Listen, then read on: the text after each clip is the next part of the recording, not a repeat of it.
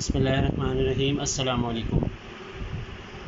Class 7 Afaq sun series unit number 2 rational numbers, इसकी exercise on your own 2.1।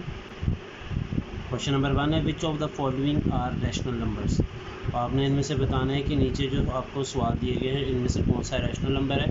तो सबसे पहले आपको ये पता होना चाहिए कि रैशनल नंबर्स होते कौन से हैं। देखिए, वो तमाम नंबर जिसको आप इस फॉर्म में लिख सकें, यानी आपके पास एक ऊपर नंबर है और एक नीचे नंबर हो, जिसको हम फ्रैक्शन कहते हैं। तो सबसे पहले आपके पास एक ऐसा नंबर हो जिसको आप इस फॉर्म में लिखें। अब उसमें कुछ शराइत है, जैसे पहली शर्त ये है कि जो पी और क्यू से मुराद यहाँ पे कोई भी नंबर हो सकता है। ये जो दोनों नंबर्स हैं इन दोनों का ताल्लुक़ इंटीजर से होना चाहिए। जी से मुराद इंटीजर्स का सेट है। अब इंटीजर्स का सेट आपको पता होना चाहिए वो क्या है। तो इंटीजर्स का सेट वो होता है कि जिसमें ज़ीरो, पॉजिटिव और नेगेटिव नंबर्स तमाम मौजूद हों, उसको इंटीजर्स कहा जाता है।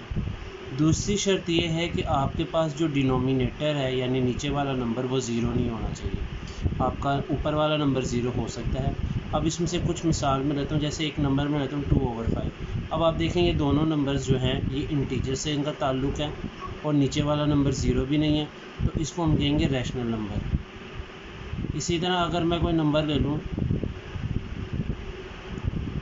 3, तो क्या ये रैशनल नंबर है? तो इसका जवाब है कि ये रैशनल नंबर है, क्योंकि इसके नीचे आप 1 लिख सकते हैं। वो इसलिए कि जो भी नंबर मौजूद होता है उसके नीचे अगर कोई नंबर ना हो तो 1 होता है। अब हमने ये चेक करना है कि क्या 0 भी रैशनल नंबर है। तो अगर जब 0 को हम लिखें तो इसके नीचे भी हम 1 लिख सकते हैं। इसका मतलब ये भी P/Q यानी फ्रैक्शन की फॉर्म में लिखा जा सकता है। तो इसका मतलब ये भी रैशनल नंबर है। अब हम क्वेश्चन नंबर 1 को सॉल्व करते हैं। Which of the following are rational numbers. तो पार्ट ए में हमें दिया गया है 3/4, क्योंकि ये फ्रैक्शन की फॉर्म में लिखा है और ऊपर और नीचे एक इंटीजर है। इसका मतलब जो पार्ट नंबर ए है वो रैशनल नंबर है। मैं यहाँ पे शॉर्ट फॉर्म लिख रहा हूँ RN। बी जो है वो लिखा हुआ है 4। अभी हमने पढ़ा था कि अगर कोई नंबर हो और उसके नीचे कोई डिनोमिनेटर ना हो तो उसके नीचे 1 होता है। इसका मतलब ये भी फ्रैक्शन में लिखा जा सकता है, तो ये भी रैशनल नंबर है। सी पार्ट है 6/0।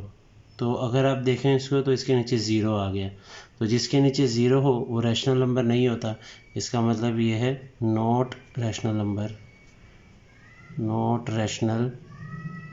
डी पार्ट है -9/8, तो ये फ्रैक्शन में लिखा जा सकता है, तो ये रैशनल नंबर है। ई पार्ट है 7/-2। इसमें नहीं देखना कि ये नेगेटिव नंबर है नीचे, क्योंकि मैंने कहा था कि डिनोमिनेटर या न्यूमरेटर दोनों इंटीजर से होंगे, तो इंटीजर्स में पॉजिटिव नंबर भी हो सकते हैं और नेगेटिव भी, तो इसका मतलब ये रैशनल नंबर है। लास्ट पार्ट है एफ वाला 66/1, ये भी रैशनल नंबर है क्योंकि इसको फ्रैक्शन में लिखा जा सकता है। क्वेश्चन नंबर 3 का पार्ट नंबर 1 है 2/6। तो 2/6 को हमने सिंपलेस्ट फॉर्म में लिखना है। तो सिंपलेस्ट फॉर्म में लिखने से पहले इसको मैं ऐसा लिख लूँगा। तो अब आपने इसको सिंपलेस्ट फॉर्म में ऐसा लिखना है कि आपने एक ही टेबल से इसकी कटिंग करनी है, जैसे 2 1 × 2 और 2 3 × 6, तो इसका आंसर आ गया 1/3। पार्ट बी है इसका 9/27। तो 9/27 को पहले आप आंसर में एक दफ़ा लिख लें सोल्यूशन में, उसके बाद इसकी कटिंग करें 9 1 × 9, 9 3 × 27, तो इसका आंसर भी आ गया 1/3। पार्ट सी है 28/64। सबसे पहले आप इसको एक दफ़ा सोल्यूशन में लिख लें। अब आप इसकी कटिंग 4 के टेबल से कर लें। 4 7 × 28 और 4 1 × 4 2 कैरी हो गया, तो ये 24 बन गया, और 4 6 × 24, तो ये आ जाता है 7/16, 44/66। पहले इसको एक दफ़ा सॉल्यूशन में ऐसे लिख लें। अब आप 11 का टेबल पढ़ें। 11 4 × 44, 11 6 × 66। फिर आप 2 का टेबल पढ़ें। 2 2 × 4, 2 3 × 6, तो इसका आंसर आ गया 2/3, 22/32। तो सबसे पहले इसको आप सॉल्यूशन में ऐसे लिख लें 22/32। अब आप इसकी कटिंग करें 2 के टेबल से, तो 11 × 22 होता है, 2 1 × 2, जबकि ये 3 है तो 1 कैरी हो जाएगा, 2 6 × 12, तो ये आ गया 11/16। ई के बाद एफ पार्ट है 45/54। तो इसको पहले एक दफ़ा सोल्यूशन में लिख लें। अब 9 का टेबल पढ़ें, 9 5 टाइम्स 45, 9 6 टाइम्स 54, तो ये आ गया 5 और 6। जी पार्ट है 3/9, तो इसको सोल्यूशन में लिख लें एक बार और उसके बाद कटिंग कर लें। 3 1 टाइम्स 3, 3 3 टाइम्स 9, तो इसका आंसर पार्ट एच है 7/56। तो फर्स्ट इसको आप पहले एक दफ़ा ऐसे लिखें, अब आप कटिंग करें 7 1 टाइम्स 7, 7 8 टाइम्स 56, तो इसका आंसर आ गया 1/8। क्वेश्चन नंबर 4 है right 3 equivalent rational numbers for each of the following. तो इसका ए पार्ट है 2/3। तो इसके इक्विवेलेंट आपने इस तरह लिखने, देखिए आपने इसको न्यूमरेटर और डिनोमिनेटर में सेम नंबर से मल्टीप्लाई कर देना है। मैंने ऊपर भी और नीचे 2 से मल्टीप्लाई कर दिए, तो ये आ गया 4/6। फिर मैं क्वेश्चन को जो है अब 3 से न्यूमरेटर को और डिनोमिनेटर दोनों को मल्टीप्लाई कर दूंगा, तो मेरे पास आंसर आ जाएगा 6/9। फिर मैं क्वेश्चन को, जो मेरे पास गिवन रैशनल नंबर है क्वेश्चन में, इसको अब 4 से न्यूमरेटर को डिनोमिनेटर को मल्टीप्लाई कर दूंगा, तो ये आ जाएगा 8/12। तो इस तरह मैंने क्वेश्चन के यानी इस रैशनल नंबर के 3 इक्विवेलेंट रैशनल नंबर्स लिखे। उसके लिए आप 2 3 4 से मैंने मल्टीप्लाई किया, आप किसी और नंबर से भी मल्टीप्लाई कर सकते हैं। पार्ट बी है 7/24। तो सबसे पहले मैं इसको 7/24 को 2 से मल्टीप्लाई कर देता हूँ, न्यूमरेटर को भी और डिनोमिनेटर को भी, तो ये आ जाता है 14/48। फिर मैं 7/24 को अब 3 से मल्टीप्लाई कर दूँगा, तो ये आ जाएगा 21/72। फिर मैं 7/24 को डिनोमिनेटर और न्यूमरेटर को 4 से मल्टीप्लाई कर दूँगा, तो ये आ जाएगा 28/96। तो ये इसके 3 इक्विवेलेंट रैशनल नंबर्स हैं। सी पार्ट है 4/9। तो सबसे पहले मैं लिखूँगा 4/9 और इसको 2 से मल्टीप्लाई करूँगा, न्यूमरेटर और डिनोमिनेटर, ये आ गया 8/18। फिर मैं 4/9 को 3 से मल्टीप्लाई कर दूँगा और 3 से मल्टीप्लाई करने से आ जाएगा 12/27। अब मैं क्वेश्चन को 4/9 यानी उसको 4 से न्यूमरेटर और 4 से ही डिनोमिनेटर से मल्टीप्लाई कर दूंगा, तो ये आ जाएगा 16/36। तो ये इसके 3 इक्विवेलेंट रैशनल नंबर्स हैं। डी पार्ट है इसका 11/14। तो सबसे पहले 11/14 को मैं न्यूमरेटर को भी 2 से और डिनोमिनेटर को भी 2 से मल्टीप्लाई करूँगा, तो ये आ जाएगा 22/28। फिर 11/14 को मैं न्यूमरेटर डिनोमिनेटर को 3 से मल्टीप्लाई कर दूंगा, तो ये आ जाएगा 33/42। फिर 11/14 को मैं मल्टीप्लाई करूँगा 4 से, तो ये आ जाएगा 44/56। 13/25 को पार्ट ई में 13/25 को सबसे पहले मैं 2 से मल्टीप्लाई करूँगा, तो ये आ जाएगा 26/50। 13/25 को 3 से न्यूमरेटर और डिनोमिनेटर में मल्टीप्लाई करूँगा, तो ये 39/75 आ जाएगा। फिर मैंने 13/25 को मल्टीप्लाई कर देना है न्यूमरेटर और डिनोमिनेटर को 4 से, तो ये आ जाएगा 52/100। पार्ट जी है 1/6। तो 1/6 को सबसे पहले हम 2 से डिनोमिनेटर और न्यूमरेटर को कर देंगे, ये आ जाएगा 2/12।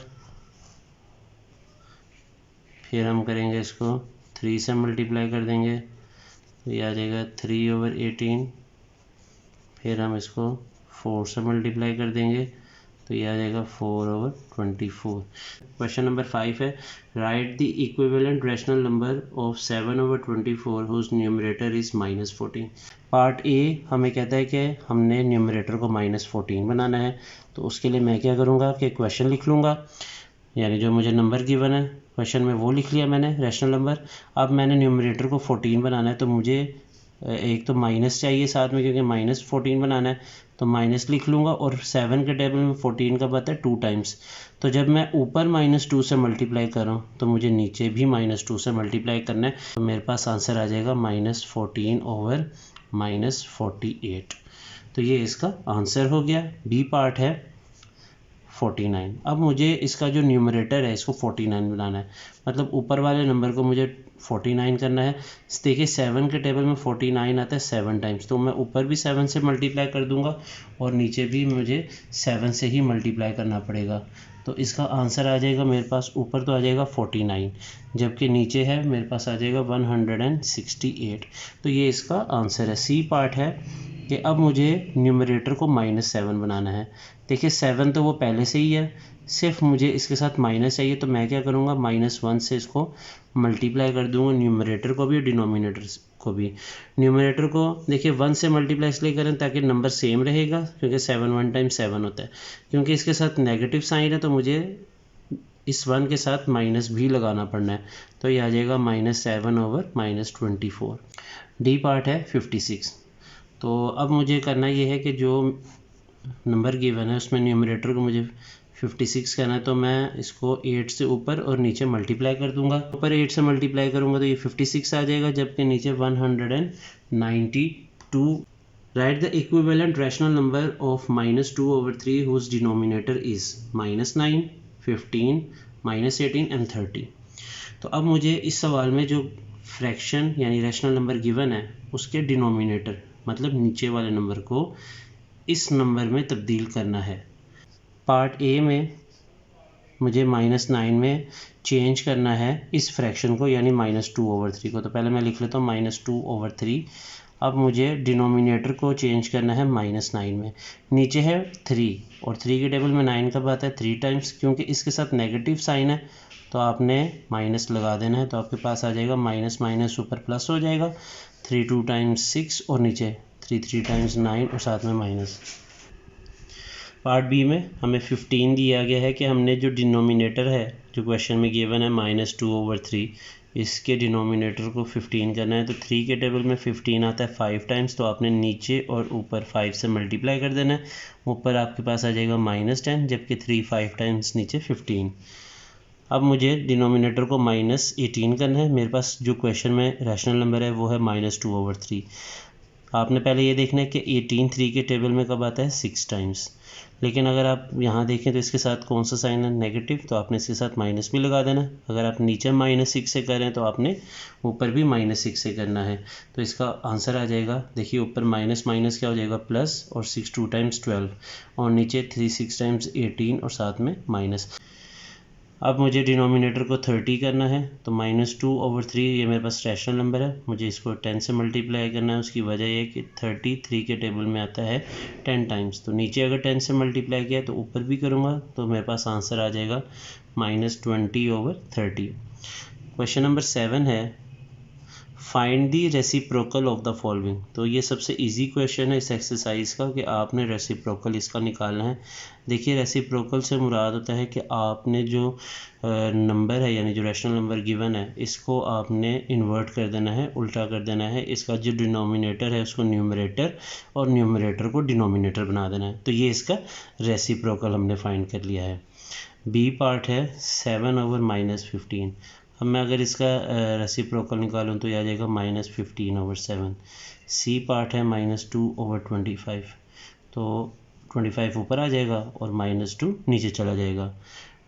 डी पार्ट है हमारे पास 3/31, तो इसका रेसिप्रोकल आ जाएगा 31/3।